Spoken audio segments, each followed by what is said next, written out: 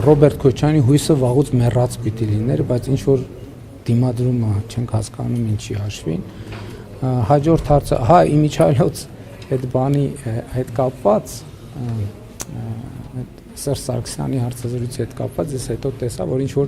տոնակատարություն է եւ Սերժ Սարգսյանի կողմնակիցներն ասում են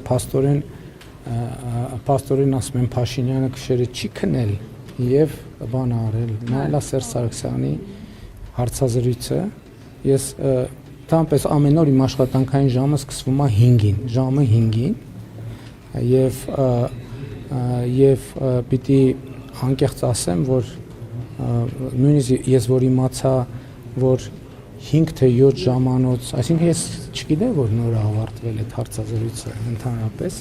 եւ 2 հոգու հավաքել եւ 5 ժամ խոսալ, այդ նշանակում է մարդը բան ունի, շփման ինչ որ խնդիր ունի։ Ճիշտ է, ես էլ 4 ժամանոց ասուլիս եղել է նույնիսկ 5 անում եմ, բայց այդ դեպքում լրագրողները, այսինքն բոլոր ցանկացող հավատարմագրված կառավարության բոլոր ցանկացող լրագրողները մասնակցում են։